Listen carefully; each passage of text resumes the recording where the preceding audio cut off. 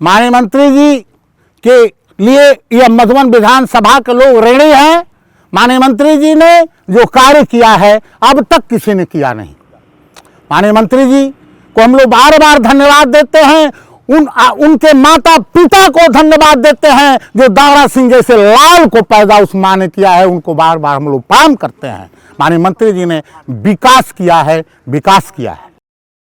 सबसे पिछड़े इलाके में विकास का खाका खींचने वाले और मधुबन से विधायक और उत्तर प्रदेश सरकार में वन मंत्री दारा सिंह चौहान इस वक्त हमारे साथ हैं। हम जानने की कोशिश कर रहे हैं, जब उत्तर प्रदेश में 2022 का जो चुनावी घमासान चरम पर है, ऐसे में जब वो जनता के बीच में जाएंगे तो किन बातों को लेकर जाएंगे। दारा सिंह चौहान साहब, आप वन मंत्री हैं।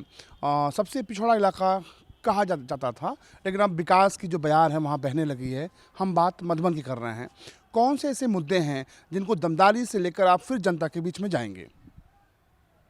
देखिए, मैं तो वहाँ का, जहाँ तक मधुबन को जहाँ सबसे पिछड़ा इलाका कहा जाता था, अब ऐसा नहीं होगा, क्योंकि अब मधुबन का चतुर्दिक विकास जो है वहाँ पे हो पाया है। और मैं तो वहाँ की जनता को बधाई दूंगा जिन्होंने पहली बार भारतीय जनता पार्टी को जिताने का काम किया, और जिनके आशीर्वाद से मुझे एक बार नहीं, उसके पहले भी मुझे पार्लियामेंट में जाने का मौका मिला। तभी विधानसभा के लोगों ने मुझे भारी बहुमत से जिताया था, और फिर उस जनपद में भारी बहुमत से सबसे ज़्यादा वोटों से जिताने के लिए उनका धन्यवाद करता हूं। और उनके आशीर्वाद से मुझे उत्तर प्रदेश की सरकार में शामिल होने के बाद मुझे इस बात का मलाल ज़रूर था कि इतने दिन के बाद भी जिस मधुबन के लोग जो है बाढ़ के समय में कटान से परेशान रहते थे कि गांव का गांव पानी में विलीन हो जाता है। मैंने देखा, वो दीवारें अपनी आँख से मैंने देखा, जब आग लगती थी तो जाता था कि मैं गांव में जाता था, गांव के गांव कई गांव एक साथ स्वाहा हो जाते थे। जो खाने पीने का अनाज था जल के राख हो जाता था। इसके लिए मैंने संकल्प किया, जब भी मुझे अवसर मिलेगा इस मधुबन के विकास के लिए, आग से बचाने के लिए और बाढ़ के कटान से बचाने के लिए प्रयास करूँगा। और मुझे खुशी है कि मैंने दोहरी घाट से लेकर के रसूलपुर, सूरजपुर, बिनटोलिया, हरहा नाला तक मैंने दीवार बनाने का काम जो है शुरू करवा दिया। करीब करीब ख़त्म भी होने वाले हैं। अब पूरी तरीके से मधुबन के जो बाढ़ से प्रभावित जो विलीन हो जाते थे गांव पानी में, ये पूरी तरीके से बच पाएंगे। और वहाँ पे आग लगने से जो लोग पूरी फसलें नष्ट हो जाया करती थी, घर से लेके पूरा जन धन का नुकसान होता था, आज फायर स्टेशन बनने के बाद पूरी तरीके से दीवारा के लोग भी जो है आग से पूरी तरीके से बचाव हो पाया है।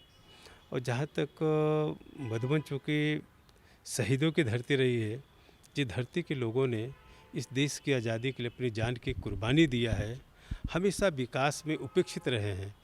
लेकिन अब उनके आशीर्वाद से जब मुझे अवसर मिला तो मैंने वो तमाम काम कराया, चाहे एजुकेशन का क्षेत्र हो, चाहे सड़क का क्षेत्र हो।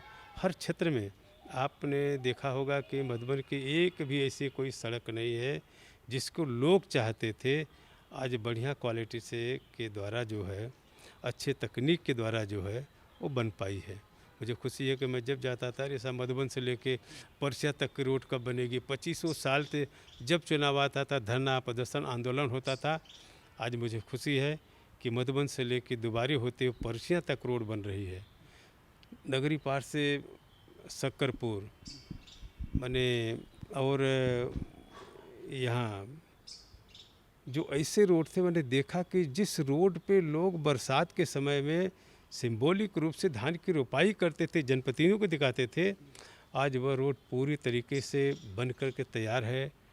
गेट बन गया, भव्य जो है, लोग खुश हैं, लोग गाड़ी मोटर उनके घर तक जा रही है। ऐसे नहरें पुराने थे जहाँ आने जाने के रास्ते नहीं लोगों के थे, घर में शादी ब्याह में गाड़ियाँ नहीं पहुँच पाती थी, वहाँ मैंने कई पुल बनवाने का काम किया है। अभी मैंने अमिला से लेकर के आजमगढ़ बोझी होते हुए आजमगढ़ के बॉर्डर तक जो है 27 करोड़ की रोड मंजूर कराया है। जो इतनी ख़राब रोड थी वो बन करके जब वो तैयार हो जाएगी, मैं पूरी तरीके से आज मैं संतुष्ट हूँ कि जो मधुबन जो है पिछड़ा तो था ही, पूरी तरीके से विकास में उपेक्षित था।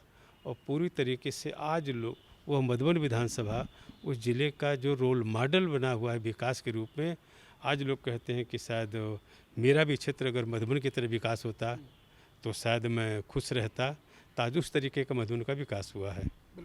और एक तस्वीर ये भी है कि ये दारा सिंह चौहान जी का सरकारी आवास है लखनऊ में, लेकिन कहते हैं कि दारा सिंह चौहान ने कभी भी इस बात का थोड़ा सा भी लोगों को एहसास नहीं होने दिया कि वो मंत्री हैं और 24 घंटे उनके जो दरवाजे हैं वो लोगों के लिए खुले रहते हैं। एक जिक्र और भी आ रहा है मंत्री जी की, एक स्कूल है जो चर्चाओं में है और सरकारी स्कूल है, लेकिन जो वहाँ पर शिक्षा है, जो वहाँ की व्यवस्था है वो कॉन्वेंट स्कूल को भी मात देती है। और नाज होता है ऐसी चीज़ों पर, ऐसी तस्वीरों को देखकर आपको?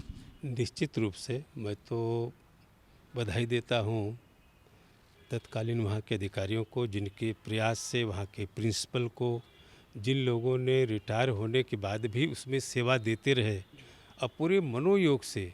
और यही कारण है कि आज जिस कॉन्वेंट स्कूल में लोग जाने के लिए परेशान रहते हैं, जो गरीब के बच्चे जो बड़ी फीस दे करके, अच्छी फीस दे करके एडमिशन नहीं कर पाते, उससे अच्छा गुणवत्ता की शिक्षा उस प्राइमरी स्कूल में पढ़ाई जाती है। और मुझे खुशी कि वह सौभाग्य जो है मुझे मिला है, मेरी विधानसभा को मिला है कि वो शायद मेरी विधानसभा में स्कूल है जहाँ पे बोर्ड लगाए जाते हैं, जहाँ लोग प्राइवेट स्कूल जो है ये लोगों को मोटिवेट करते हैं कि मेरे स्कूल में आइए। एडमिशन के लिए लोग यात्रा निकालते, गांव-गांव घूमते हैं, वहाँ कहीं जाने की ज़रूरत है क्योंकि क्वालिटी का एजुकेशन मिलता है और वहाँ बोर्ड लगाना पड़ता है। अब यहाँ पे सीट खाली नहीं है।